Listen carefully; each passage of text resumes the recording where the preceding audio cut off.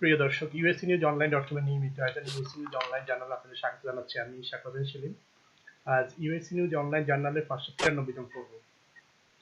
এই পর্বের অতিথি বাংলাদেশি আমেরিকান প্রখ্যাত টিন বিশেষজ্ঞ ডাক্তার, Pennsylvania Jefferson University internal medicine বিভাগের সহকারী অধ্যাপক ডাক্তার ইবনুল চৌধুরী, এমডি, পিএইচডি।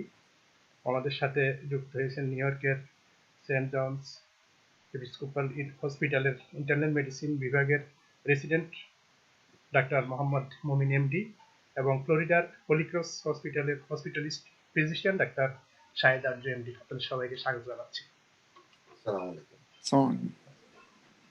দর্শক, আজ আমরা করোনার সর্বশেষ পরিস্থিতি, ভ্যাকসিন ইত্যাদি বিষয় জানবো এবং বাংলাদেশে আমেরিকান ডাক্তারদের বর্তমান নবনির্বাচিত মার্কিন প্রেসিডেন্ট ইলেক্ট জো বাইডেনের কাছে কি প্রত্যাশা, এই বিষয় নিয়ে আমরা জানবো। আমি প্রথমে ইবনুল চৌধুরী ভাইকে দিয়ে শুরু করছি। ডাক্তার ইবনুল চৌধুরী, আপনার যদি আমাদেরকে সর্বশেষ অবস্থাটা বলেন, আসলে করোনার সর্বশেষ অবস্থা, ভ্যাকসিনের অবস্থা, তারপরে আমরা বিভিন্ন বিষয় নিয়ে কথা বলবো।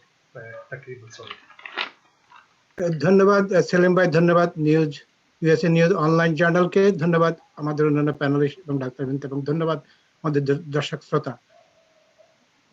আপনারা জানেন কোভিড-19 একটা highly contagious, it is very mysterious virus. আজ পর্যন্ত এটার অ্যাকচুয়ালি রূপরেখা সুস্পষ্টভাবে মলিকুলার লেভেলে এখনো জানতে পারা যায়নি, কিন্তু আমরা জানি এই ভাইরাসের ভয়াবহতা। ভাইরাস আপনার এখন দেখা গেছে যে দ্বিতীয় যে ঢেউ যদি আমি বলি, অথবা দ্বিতীয় যে ওয়েভ, এটা মারাত্মকভাবে সারা বিশ্বে আবার দেখা দিয়ে দিয়েছে। আমেরিকা তার বাইরে নয়, আমেরিকার 50টি স্টেটেই এর ভয়াবহতা প্রবলভাবে দেখা দিয়েছে। কিন্তু ভ্যাকসিনের যেই ট্রিটমেন্টের যে লাইন অফ যে ট্রিটমেন্ট, অথবা যেটা অ্যাকচুয়ালি মুদ্রা কথা যেটা হলো যে প্রিভেন্টিভ, ওটা কিন্তু একই রূপে আছে। ইলেকশনের কারণে বা বিভিন্ন কারণে ভাইরাস কিন্তু বসে ছিল না, ভাইরাস কিন্তু তার গতিতেই ছিল। কিন্তু দেখা গেছে যে এখন আমরা দেখতে পাচ্ছি যে কেন এর ভয়াবহতা আবার দেখা দিচ্ছে বিশ্ব জুড়ে। আপনি যদি দেখেন, একটা প্রথম দিকে যে হারে সমস্ত বিশ্বে মারা গিয়েছিল, পরবর্তীতে এটা পরিমাণ কমে গিয়েছিল, বিকজ আমরা সবাই সচেতন ছিলাম। যে সিডিসি যে গাইডলাইন গুলো ছিল সবাই আমরা মেনেছিলাম মোটামুটি ভাবে। আমরা সবাই মাস্ক পরা শুরু করেছিলাম, আমরা সবাই সাবান দিয়ে হাত ধুতাম, অথবা আপনার চোখের, যেহেতু চোখ দিয়েও ভাইরাসটা যেতে পারে, সেই জন্য চোখে আমরা সানগ্লাস অথবা গ্লাস পরেছিলাম এবং সোশ্যাল ডিস্টেন্স মেনটেন করতাম। কিন্তু একটা কিছুদিন যাওয়ার পরে, অনেকদিন যাওয়ার পরে সবাই মনে করেছিল ভাইরাসটা এখন কমে গিয়েছে, তখন আমরা কিন্তু অবহেলা করা শুরু করে দিয়েছিলাম। যার ফলশ্রুতিতে সারা বিশ্বে আবার যখন আপনার সমস্ত জিনিসগুলি খুলে দেওয়া হলো, জিম খুলে দেওয়া হলো, আপনার ডাইনিং গুলি, রেস্টুরেন্ট গুলি খুলে দেওয়া হলো, ইনডোর আউটডোর, এবং সমস্ত জনসমাবেশ আবার শুরু হয়ে গেল, ইলেকশন আসলো, সব জায়গাতে আবার কিন্তু এই ভাইরাসটা আবার তার ক্লাস্টার ফরম্যাট করে অথবা কন্টেজিয়াসের মাধ্যমে একজন আরেকজনের ছড়িয়ে গিয়ে আবার তার ভয়াবহতা রূপ পেয়েছে। হয়তো বা মলিকুলার লেভেলে এখন যেটা আসে নাই, সেটা হলো যে কোন নিউক্লিওটাইড চেঞ্জ হয়েছে আমরা সেটা এখনো পিয়ার রিভিউ জার্নাল যেটা বলে সেখানে আমরা দেখতে পাই নাই। এই এখনকার পরিস্থিতির কথা বলছি আমি। কিন্তু দেখা গেছে যে আপনার ভাইরাসটা আবার তার মোটামুটি ভাবে not only highly contagious, it is also highly mortality. এখন কিন্তু মানুষ মারা যাওয়া শুরু করেছে। আমেরিকার যে কয়েকটা স্টেট দেখা যাবে যে এখন নর্থ ডাকোটা, সাউথ ডাকোটা, উইমিং, এই সমস্ত যাচ্ছে গত 7 দিনের হাইলি কন্টাজিয়াস, এবং ডেথ রেট প্রচুর। যদিও টেক্সাস, ক্যালিফোর্নিয়া অথবা এগুলিতে হাইলি কন্টাজিয়াস, কিন্তু মর্টালিটির দিক থেকে এখনো কিন্তু নিউ ইয়র্ক 1 নম্বর। প্রায় 35,000 মানুষ কিন্তু নিউ ইয়র্কে মারা গিয়েছে। যদিও এখনো তারা বলছে যে অরেঞ্জ রেড অথবা মোর দেন 3%, এবং গভর্নর এবং মেয়রের যে দুজনের যে স্ট্যাটিস্টিক্স, তারা দুভাবে দেখেছে। মেয়র বলেছে মোর দেন 3%, গভর্নর বলছে নট 3%, এটা 2.45। কেন বলেছে স্ট্যাটিস্টিক্সটা আমি একটু এক্সপ্লেইন করি। সেটা হলো মেয়র বলেছে, গভর্নর বলেছে যে যখন কেউ টেস্ট করে, সে পজিটিভ হয়, তাকে একবার কাউন্ট করে, যখন আবার সে টেস্ট করে তার দ্বিতীয়বার কিন্তু 2বার কাউন্ট হয়ে গেছে, কিন্তু যখন সে নেগেটিভ পায় টেস্টটা, then he only one time count. তো এই যে রেশিও স্ট্যাটিক, সে কারণে হয়তো একজনের স্ট্যাটিক্স দেখছে মোর দেন 3%, গভর্নর স্ট্যাটিক্স দেখছে 2.45। এটা হলো statistical analysis, but still it is high in overall. এখন দেখা গেল যে ভ্যাকসিন আমরা দেখতে পাই যে আমেরিকার মধ্যে দুটো ভ্যাকসিন দাবিদার, যে 90 থেকে 95% তারা বলছে যে তারা ভ্যাকসিন প্রতিরোধ করতে পারবে। একটা হলো ফাইজারের, যেটা জার্মানির বায়োএনটেক কোম্পানির সাথে সাইন করেছে, আর একটা আমাদের মডার্না। বোথ ইজ কিভাবে ভ্যাকসিনটা তৈরি হচ্ছে, দুটোরই কিন্তু যে ভাইরাসের যে প্রক্রিয়া, যে ভ্যাকসিন তৈরি করে প্রক্রিয়া, দুটোরই কিন্তু একই রকম, একই জিনিস, যে both work on the synthetic Messenger RNA, সেটার উপর কাজ করে কিন্তু ওই ভ্যাকসিনটা তৈরি করেছে। দুটোর মধ্যে তাহলে মেজর পার্থক্য তেমন কোনো পার্থক্য নাই প্রক্রিয়াগত দিক থেকে, কিন্তু তারা শুধুমাত্র মডার্নার দাবি করছে যে তারা -20°তে তাদের ভ্যাকসিনের এফিকেসি থাকবে, এবং অনেক ক্ষেত্রে 4°C তারা 1 মাস পর্যন্ত তারা বলছে তাদের ভাইরাসের এফিকেসি থাকবে। On the other hand Pfizer বলছে যে তাদের ভ্যাকসিনের জন্য 70°C, -70°C হলে বেটার হয়। এখন আপনারা দেখেন, মডার্ন ফাইজার কিন্তু অলরেডি এফডিএ এর কাছে অ্যাপ্রুভাল চেয়েছে, তারা বলছে আমাদেরকে এখনই দিতে হবে, আমরা রেডি। এবং আসলেই তাই, ফাইজার যখন ভ্যাকসিন তৈরি করেছে, তারা -70°র মতো একটা বক্সের মতো তৈরি করে, যেটা ইভেন অনেক রিসার্চার অনেকে আগে থেকে ছিল, যেটাকে আমরা বলে কোল্ড চেইন মেনটেন করে, বক্সের ভিতরে ওরা ভ্যাকসিনটা রেখে সব জায়গায় সার্কুলেট দিয়ে দিবে। That is also ready. তাদের সেরাম লেভেলের যেখানে কারখানা, যেখানে সেখানেও তারা তাদের রেডি। তারা শুধুমাত্র বলছে আমাদেরকে আর্জেন্ট বেসিসে যদি দেওয়া হয়, উইদিন এ উইক তারা কিন্তু এটা ফেজ 1-এ যে দেওয়ার কথা, যে দেওয়ার কথা, তারা কিন্তু এটা শুরু করে দেবে। এখন ফেজ 1টাও যদি আমি যাই, হয়তো আমি একটু পরে ফেজ 1 কিভাবে ভ্যাকসিনটা ডিস্ট্রিবিউশন সেটা নিয়ে কথা বলবো। আবারও আসবো এইভাবে, অনেক ধন্যবাদ। আরজু ভাই যদি বলেন সর্বশেষ অবস্থা, আপনার কাছে যে তথ্য রয়েছে এবং ভ্যাকসিন সম্পর্কে, তারপরে আমরা অন্য বিষয়ে যাবো।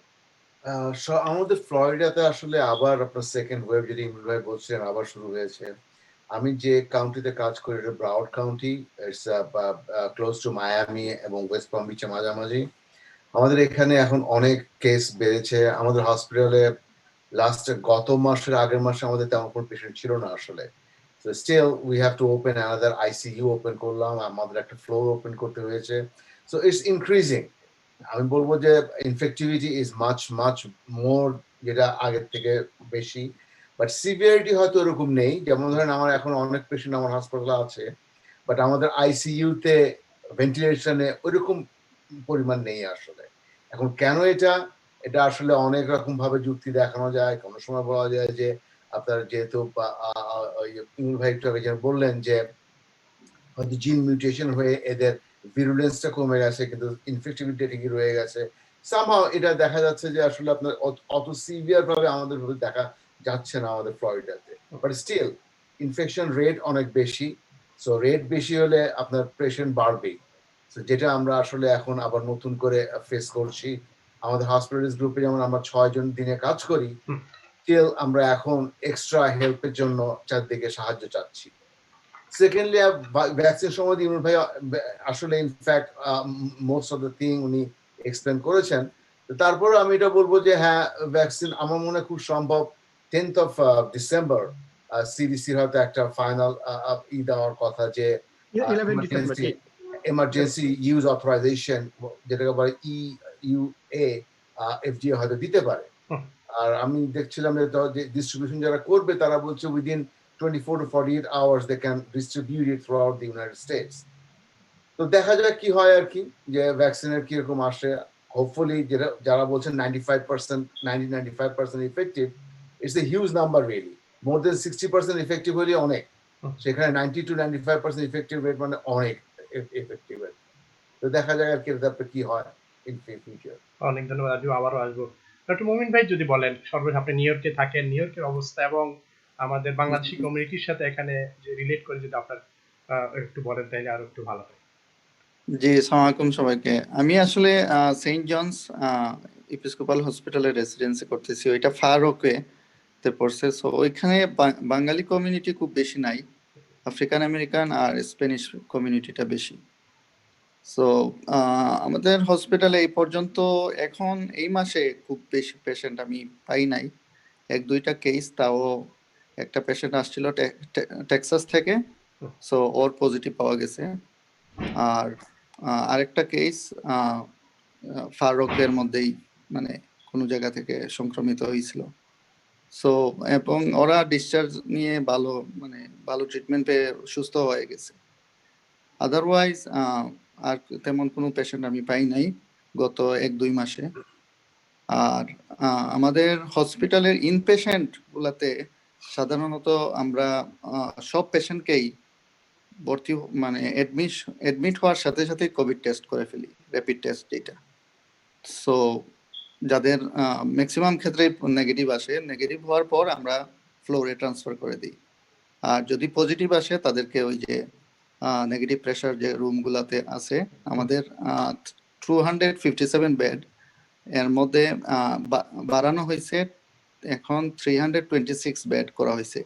এর মধ্যে নেগেটিভ প্রেশার রুম যেগুলা ওইগুলা 10 থেকে 15টা রুম এক্সট্রা যে করা হয়েছে, বাড়ানো হয়েছে আর কি। সো আমাদের হসপিটালে ইভেন আমরা যখন ঢুকি তখন সব এমপ্লয়ি স্ক্রিনিং করে ফেলে, ওরা ডিজিটাল টেম্পারেচার মেশিন বসাইছে। সো ঢোকার সাথে সাথে স্ক্রিনিং করে ফেলে, যাদের টেম্পারেচার রাইজ পায় তাদেরকে আবার এমপ্লয়মেন্ট হেলথে গিয়ে কোভিড টেস্ট করতে বলে। সো এইভাবে প্রোটেকশন ওরা প্রতিরোধ করার ট্রাই করতেছে। আর আমি যে এরিয়াতে আছি ওই এরিয়াটা জিউস কমিউনিটি। সো জিউসদের মধ্যে একটু সংক্রমণের রেটটা এখন বেশি, কারণ ওরা ওই যে মাস্ক বা প্রোটেকশন খুব বেশি ইউজ করে না, আর ওদের বিভিন্ন প্রোগ্রাম থাকে ওইগুলাতে ওরা সোশ্যাল ডিস্টেন্সিং মেনটেন কতটুকু করতেছে আমার একটু সন্দেহ আছে। সো এই তো। আর ধন্যবাদ মুন্না, আবার আপনার কাছে আসবো। আর ইব্রাহিম ভাই যদি বলেন যে আসলে যে ভ্যাকসিনের কথা আমরা শুনছি, কবে নাগাদ সাধারণ মানুষ পেতে পারে সেটা, এবং সেটা কার্যকারিতার কথা বললেন, কিন্তু যদি জনসাধারণ মানে সার্বিকভাবে আসলে কবে নাগাদ সেটা সাধারণ মানুষ পেতে পারে সেই বিষয়টা যদি একটু বলেন। হ্যাঁ, এটা হলো ভ্যাকসিনটা ডিস্ট্রিবিউশনের জন্য কিন্তু একটা বোর্ড আছে, দে ডিসাইড ফেজ 1, ফেজ 2, ফেজ 3। এই ডিস্ট্রিবিউশনের জন্য কিন্তু ডিপার্টমেন্ট অফ ডিফেন্সকে কিন্তু এখন দায়িত্ব দেওয়া আছে, সিডিসি অথবা এনআইএইচ বা অন্য কেউ না। ডিফেন্স এই দায়িত্ব নিয়েছে এবং তার একটা গাইডলাইন তৈরি করেছে। যখন ভ্যাকসিন অ্যাপ্রুভ হয়ে ভ্যাকসিন বাজারে আসবে, প্রথম একটা যে ফেজ 1 এর মধ্যে কারা পড়বে, ফেজ 1 এর মধ্যে 3টা গ্রুপ পড়বে। প্রথম গ্রুপটা হলো যে আপনার ফ্রন্ট লাইনার, যারা আইসিতে কাজ করেন, চিকিৎসক অথবা নার্স অথবা প্র্যাকটিশনার অথবা ইএমএস ডাক্তার, তারা পাবেন ফ্রন্ট লাইনার হিসাবে ফেজ 1। ফেজ 2 তে পাবেন দেখা গেছে লং কেয়ারে যারা কাজ করেন, আমাদের যে এইগুলিকা লং কেয়ারে যারা কাজ করেন তারা পাবেন ফেজ 2 তে।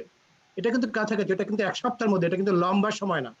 দেখা গেছে একটা গ্রুপকে দেওয়া হবে প্রায়, I forgot, 300 million something vaccine is ready for phase 1।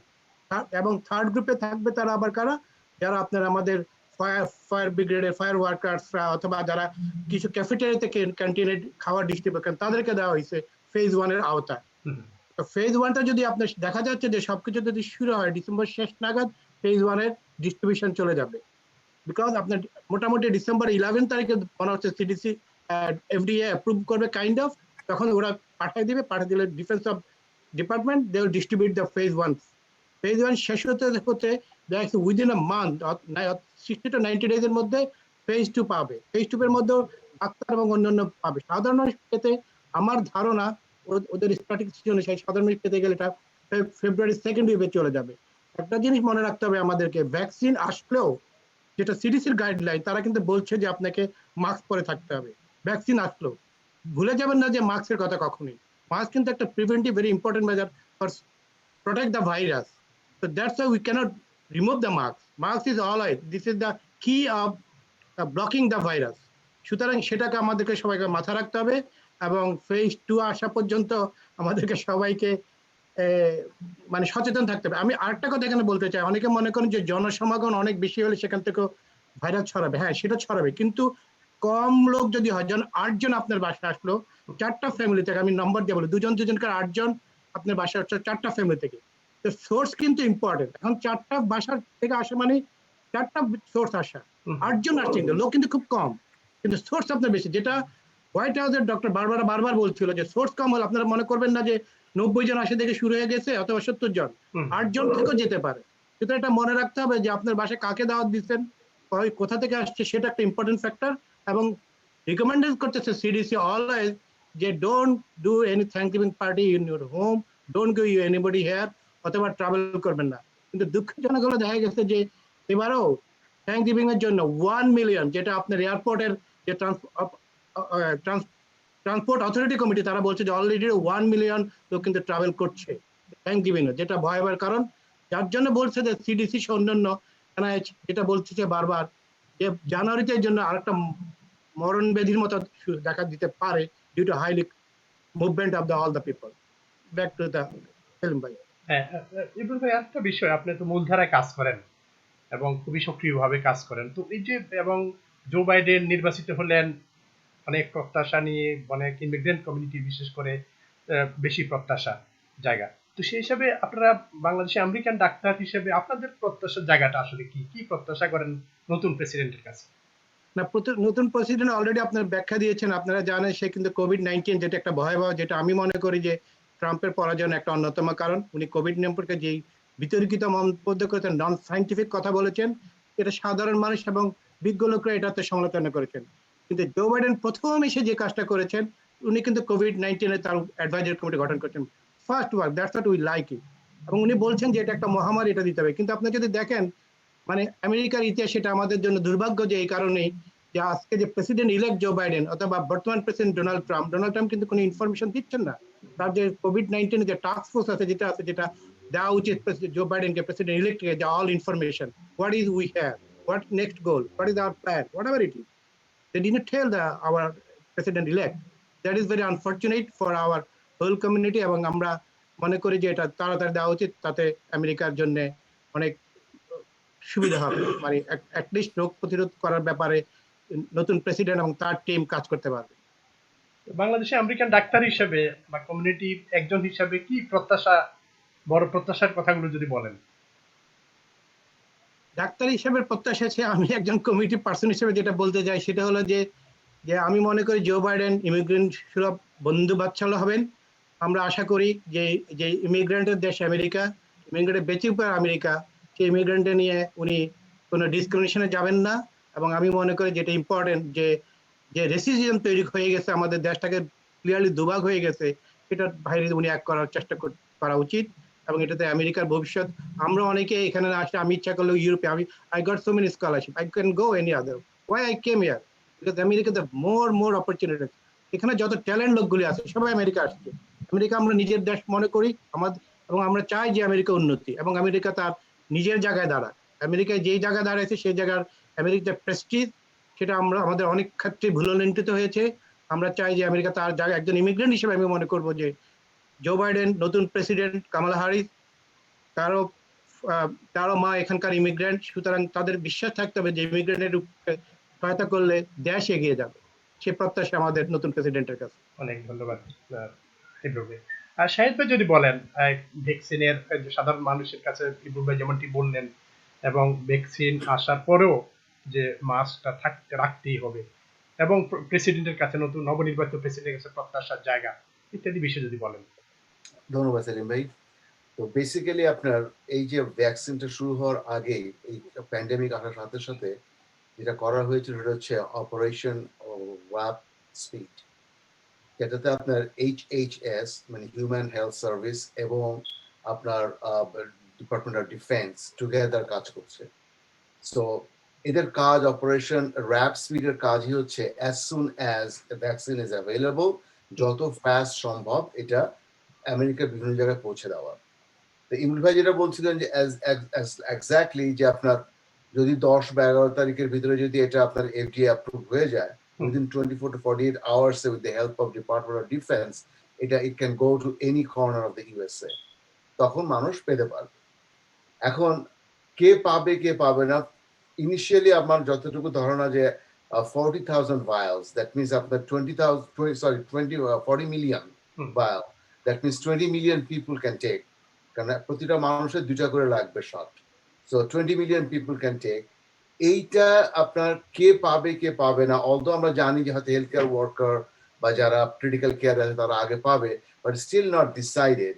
এটা ডিসাইড করে হচ্ছে আপনার advisory committee on immunisation programme, ACIP, এরা এটা ডিসাইড করে কে পাবে, and they will give their advice CDC কে, যে there is their advice যে কারা এই ইমিউনাইজেশনটা প্রথম পাবে, কোন এথনিক গ্রুপ পাবে, কোন ক্যাটাগরি অফ ফিজিশিয়ানরা পাবে, কোন ক্যাটাগরি অফ আদার যে আপনার কমিউনিটি ওয়ার্কার আছে তারা পাবে।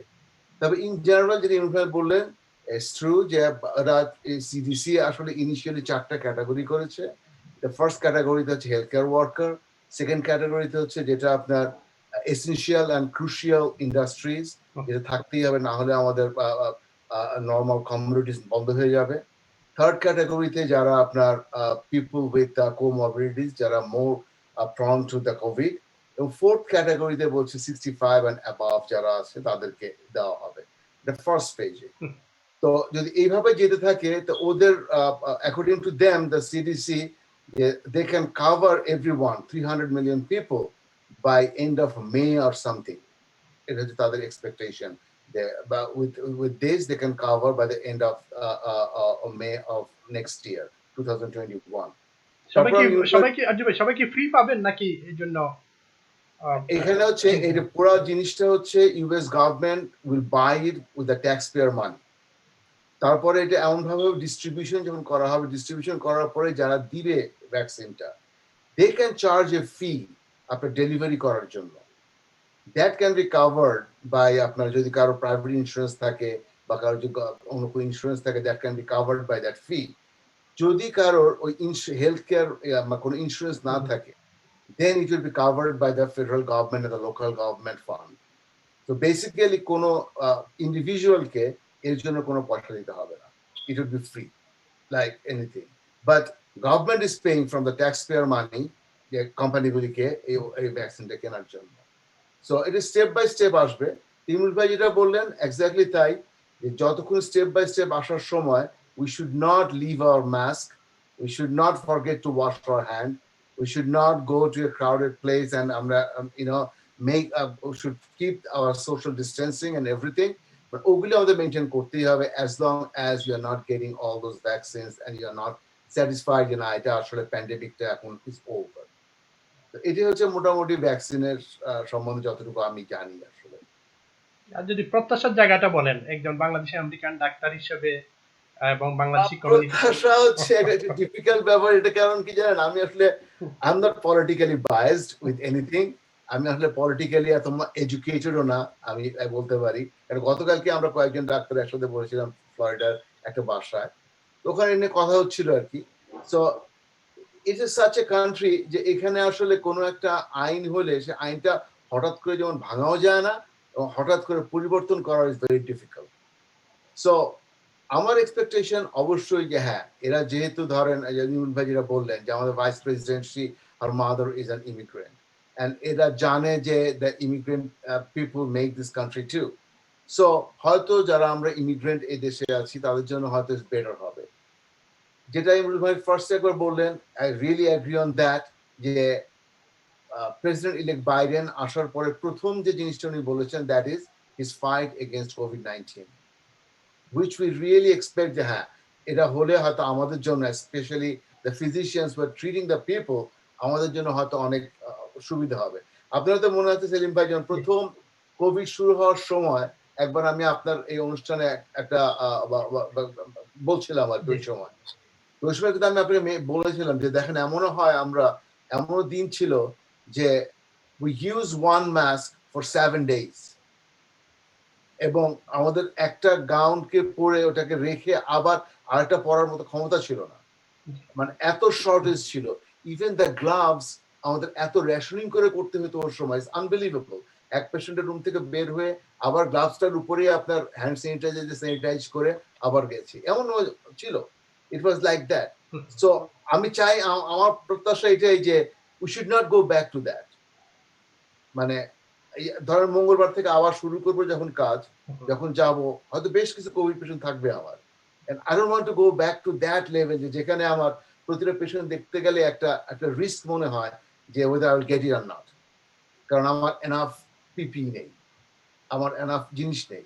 তো এই জন্য আর কি প্রত্যাশাটা এটাই, যেহেতু আমাদের প্রেসিডেন্ট ইলেক্ট বাইডেন তার প্রথম কথাই ছিল কোভিড-19 এর এগেইনস্টে।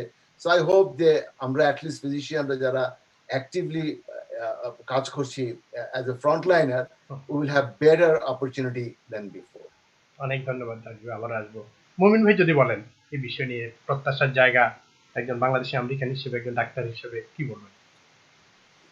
প্রত্যাশার জায়গা, আমি আসলে ট্রাম্প সাপোর্টার ছিলাম, সো ওই দিক থেকে ইভেন জো বাইডেন খারাপ না, মনে হয় সে ভালো করবে, আশা করি, আমরা হোপ আছে ওনার উপর যে ভালো করবে।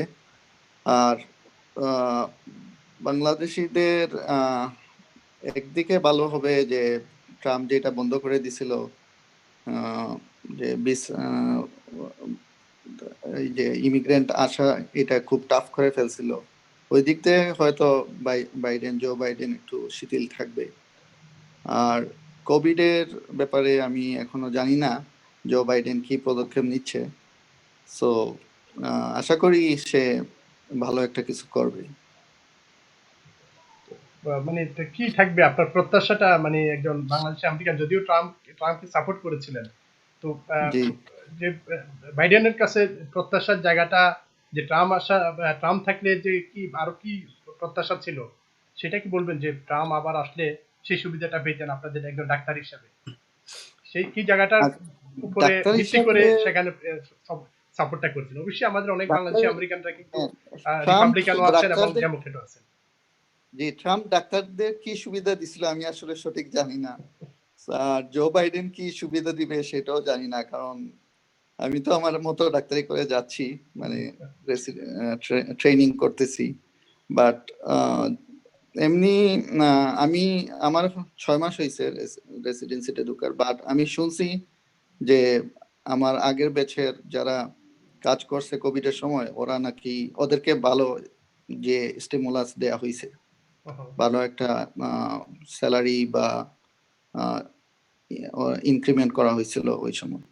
বাট আমরা ওই সুযোগটা পাই নাই। হয়তো নেক্সট এই বছর যদি আবার ফেজ 2 আসে, হয়তো আমাদেরকেও দিতে পারে।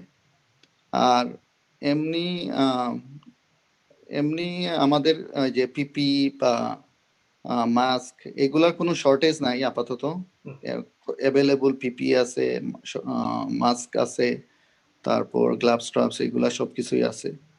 সো ওই দিক থেকে ওরা যতটুকু সম্ভব হয়তো ট্রাম্প দেওয়ার চেষ্টা করছে।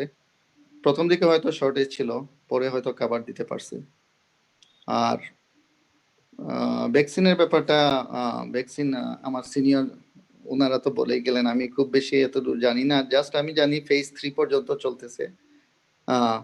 আর ফেজ 3 পরে আরেকটা আছে phase 4, post marketing surveillance.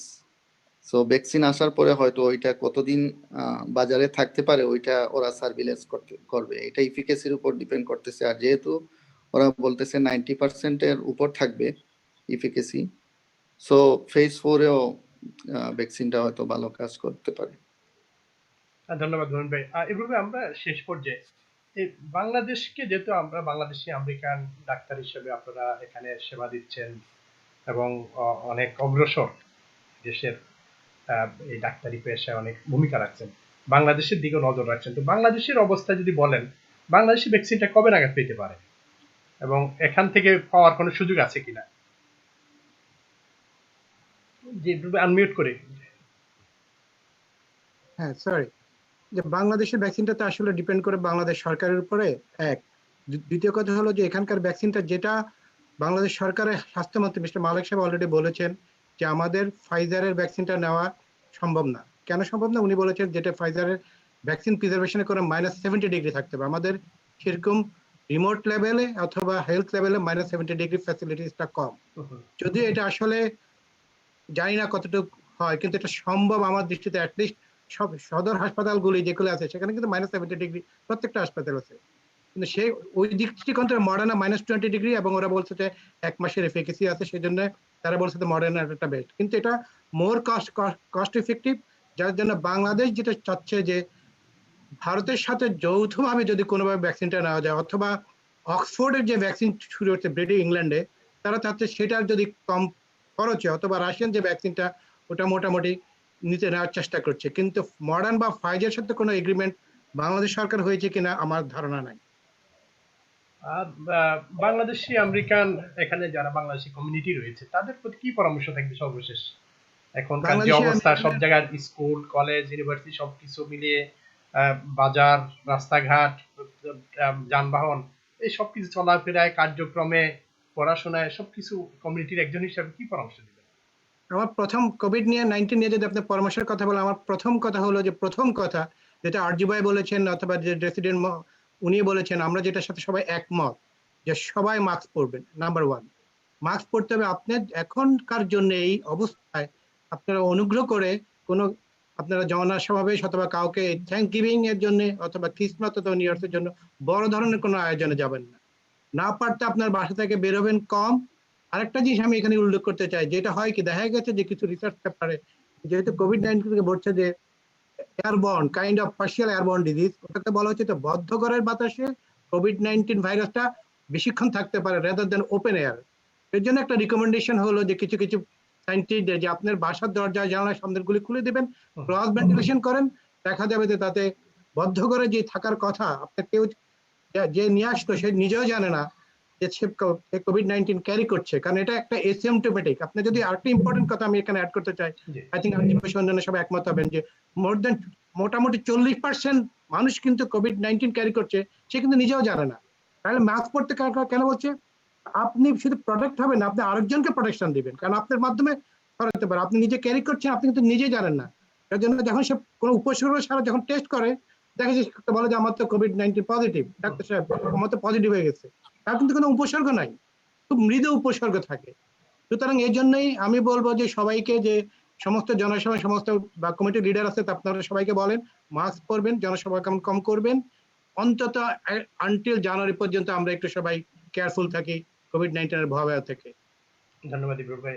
Arzu ভাই, কি পরামর্শ দিবেন কমিউনিটিকে এই অবস্থায়?